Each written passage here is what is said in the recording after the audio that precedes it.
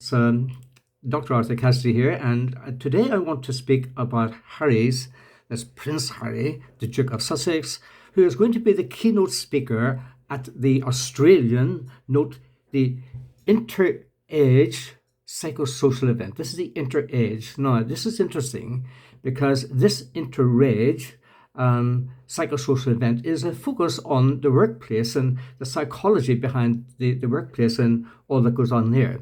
Possible things like stress and relationships and maybe bullying and all this type of thing. But more so, there's a wide spectrum of psychological events and stressors that can become psychosocial in the workplace. But Harry, let's put this into perspective. There are 3 speakers coming to this event, apparently. I note that none of them are from the Australian Psychological Society, which I think he should have done. But nevertheless, one of the main speakers is Dr. Amy Cuddy. Amy is a very prolific speaker, American psychologist, has also been to Northeastern University as well. But nevertheless, she specializes in bullying, believe it or not, and her new book on bullying is coming out next year. Now, this is significant because she also speaks about power and powerlessness, and I am very interested to hear her speech.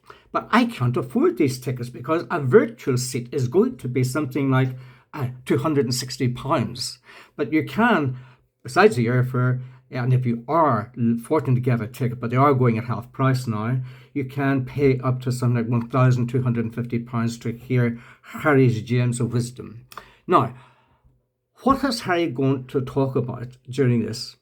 Harry is going to possibly talk about the workplace, possibly his workplace. But I know this is going to be a conversation. So no doubt, how is he going to resist talking about bullying or whatever, or stressors or vindictiveness or whatever it might be in the workplace? Now, is the workplace the royal family, the firm, or is he going to talk objectively about the workplace where he worked in Better Up or Better Down, whatever it might be? So wherever it is, anyway, we're going to hear these gems of wisdom. Now, one of the most striking things here is that he's also bringing in tennis star and a podcaster. Now, I'm sure they're going to be absolutely superb. But what I would have done had I been the organizer, I would have gone to the Australian Psychological Society.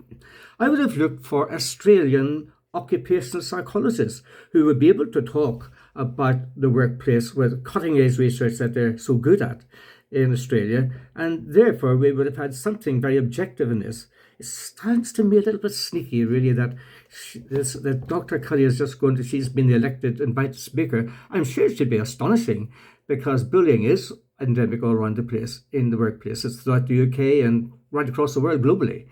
But why bullying has been singled out? But who knows? We don't know yet. I'm just very, very curious to see how this is going to fare out. But anyway, the most important thing is Harry needs to remember that this is a public event. At a symposium, we want to share research, but he is going to try and push the limit here. But what he needs to do is really move forward, show people how to move forward. You are stuck in an emotional loop, Harry.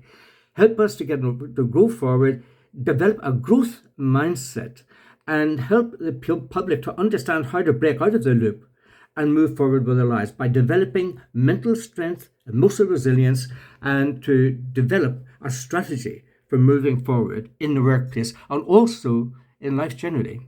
So I'm wishing you every good success. I'm sure they will be delighted to hear what you've got to say about psychology in the workplace. Thank you, Harry, and have a lovely week.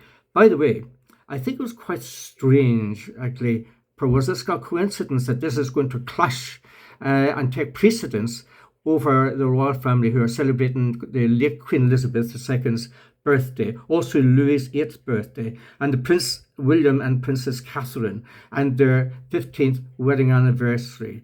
And this is just a little bit too coincidental for me. Is it? Okay, goodbye.